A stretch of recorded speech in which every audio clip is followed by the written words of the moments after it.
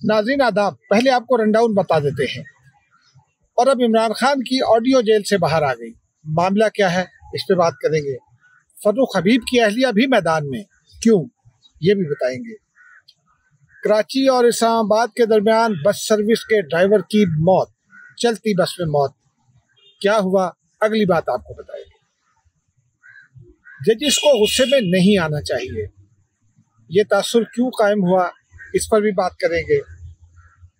और आपको ये बताएंगे कि नैब मुकदमात के एक मुल्ज़िम ने नैब तरामीम केस का जो फैसला था सुप्रीम कोर्ट का, उसको चैलेंज कर दिया।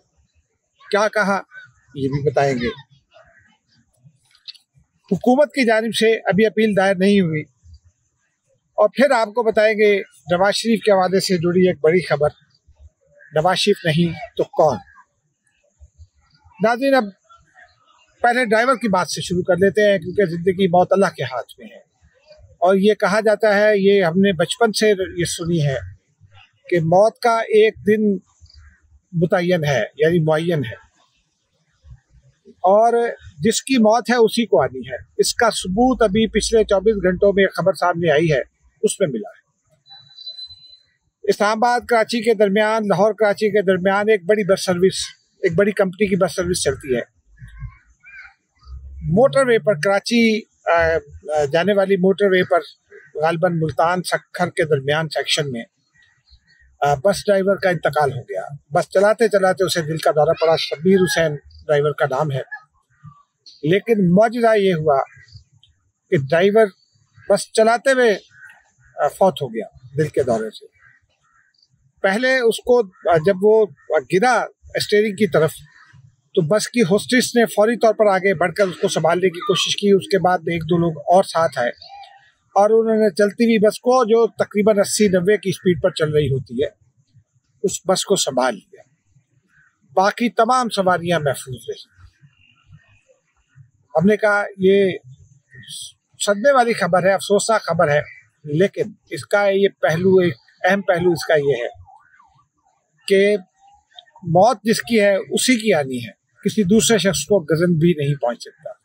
तो इसलिए हर मामले में आप खुलकर बात करनी चाहिए, क्योंकि जो नुकसान जिसका लिखा है वही होगा, जिसका लिखा है उसको होगा, दूसरे को नहीं होगा। हम खामोश हो जाते हैं बहुत सारी चीज़ों पर, मसलियतन कि शायद को मार देगा, कुछ कर देगा।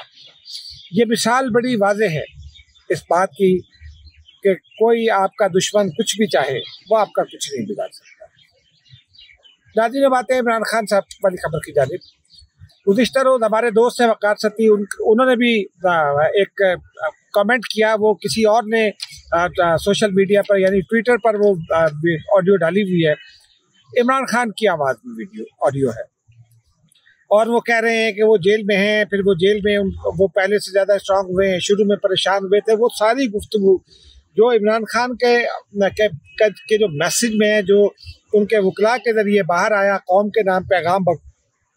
पीटीआई तो कौम से खिताब से कम बात ही नहीं करती। तो वो जो पैगाम इमरान खान का आया, वो पैगाम उर्दू में आया, लेकिन वो सारा पैगाम ट्रांसलेटेड है अंग्रेजी में उस ऑडियो में।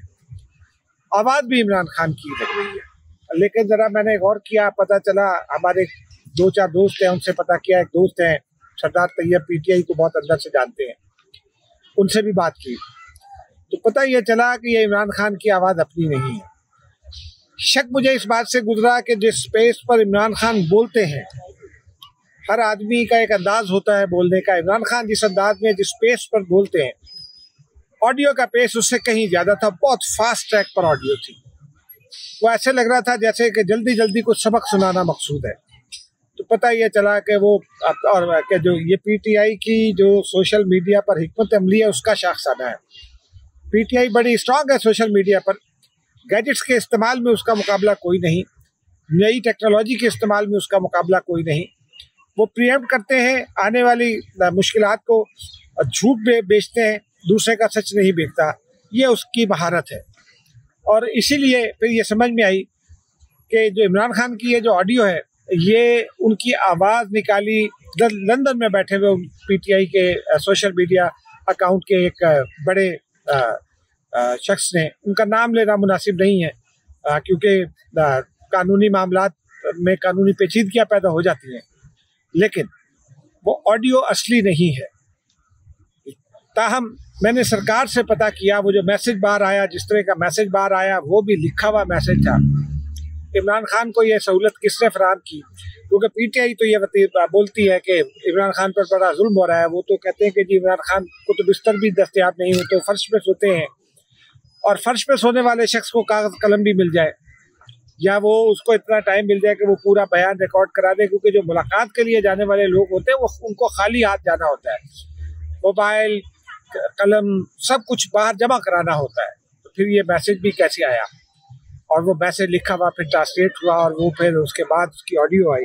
तो इस बात की तहकीकात अलबत्ता की जा रही है। हुकूमत के जो अदारे हैं वो इसको देख रहे हैं, तहकीकात कर रहे हैं। और एक बात मैं आपको बता सकता हूँ बहुत श्योर कि अब इमरान खान पर सख्ती ज़रा ज़्यादा हो जाएगी। अभी तक तो उनके ऊपर कोई सख्ती नहीं है, उनको सहूलियात उनकी मर्जी के मुताबिक दी जा रही हैं। मुकम्मल तौर पर उनको जो है वो उनके लिए तो वो दीवार तोड़कर उनकी चहलकदमी के लिए जगह बनाने का हुक्म तक जारी हो चुका। तो इसलिए मामला ज़रा अब इमरान खान के लिए शायद थोड़ी सख्ती आ जाए। नाज़रीन, अब आते हैं अगली खबर की जानिब। फरूख हबीब की अहलिया ने चीफ जस्टिस ऑफ पाकिस्तान को खत लिखा है। फरूख हबीब कई रोज से गुम हैं, और पीटीआई के लोग तो ये कहते हैं कि वो जो है वो सरकारी हसास अदारों की तहवील में है, लेकिन कोई अदारा अभी तक किसी ने तस्लीम नहीं किया। अदालतों ने अहकामात दिए हैं, IG पंजाब को भी हुक्म दिया गया कि उनको पेश किया जाए, लेकिन फरूख हबीब गायब है। पिछले दिनों में उनके मरने की खबरें चलाकर उसको एस्टेब्लिश करने की कोशिश की गई, लेकिन अल्लाह का करम है कि उससे कोई फसाद नहीं फैला। खबर भी गलत है। अब उनकी अहलिया ने ये एस्टेब्लिश कर दिया है कि खबर गलत है, और उन्होंने चीफ जस्टिस ऑफ पाकिस्तान को खत लिखा है कि मेरा शौहर, उन्होंने बताया कि कितने दिन से गायब है और मुझे तशवीश है, उसकी बाजियाबी के लिए इक़दाम किए जाए। चीफ जस्टिस ऑफ पाकिस्तान खुद नोटिस में। अब चीफ जस्टिस ऑफ पाकिस्तान उस खत पर क्या करते हैं, ये तो जब चीफ जस्टिस के सामने खत रखा जाएगा तो तभी इल्म होगा। लेकिन बहरहाल ये एक बड़ी खबर थी, अपने का आपको पेश करें। नाज़रीन, अब आते हैं जज के गुस्से वाली। जजेस के बारे में जो जूरिस्प्रूडेंस है, जो किताबें हैं कानून की, उसमें ये जो है ये मौजूद है। कई जगहों पर लिखा हुआ भी है, लेकिन प्रैक्टिस में भी ये है कि जज के कंडक्ट में ये बात शामिल है कि जज को गुस्से में नहीं आना। गुस्से में दिया हुआ फैसला जायज़ फैसला नहीं होता, अकॉर्डिंग टू द लॉ फैसला नहीं होता, टू द पॉइंट फैसला नहीं होता। आज लाहौर हाई कोर्ट के जज साहब हैं राहिल कामरान साहब, उन्होंने पीटीआई को जलसे के हवाले से, लाहौर में लिबर्टी चौक में पीटीआई जलसा करना चाहती है, उसकी इजाज़त अभी तक उनको इंतजामिया नहीं दे रही थी। उन्होंने एक फैसला दिया है, लेकिन जज साहब के फैसले में गुस्सा दिखाई देता है।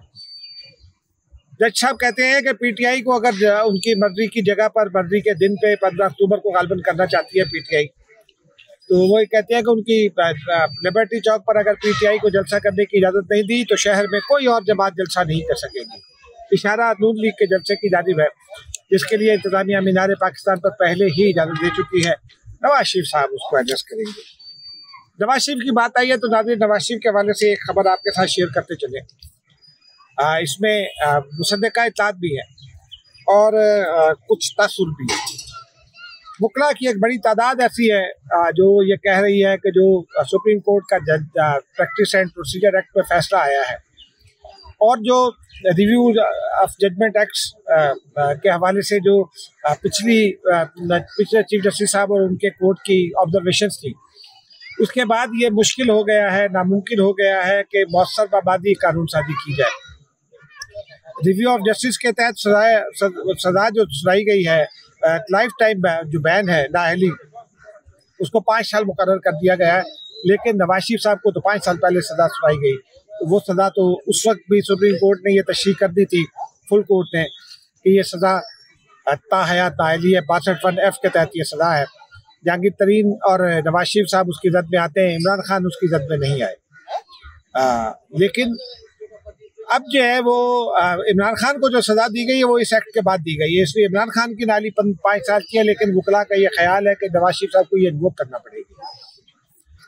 अगर नवाज शरीफ साहब आते हैं तो एक खबर तो यह है कि नवाज शरीफ साहब लाहौर में जलसा एड्रेस करेंगे और उसके बाद कहेंगे कि वो अपने आप को सरेंडर कर रहे हैं कानून के हवाले, तो मैं बड़ा कानून पसंद शहरी हूँ।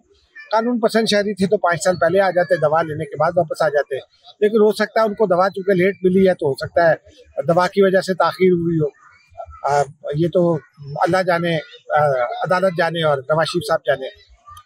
लेकिन जो इसमें असल खबर ये है नाज़रीन के नवाज शरीफ साहब को अगर एक दरख्वास्त है, क्योंकि मेरी अपनी भी राय है और कई वकला से मैंने बात की, उनकी भी राय है कि ये वो करना पड़ेगी 5 साल वाली मामला, उसको नवाज शरीफ साहब को अदालत में एक दरख्वास्त देना पड़ेगी इलेक्शन लड़ने के लिए इजाज़त देने के लिए।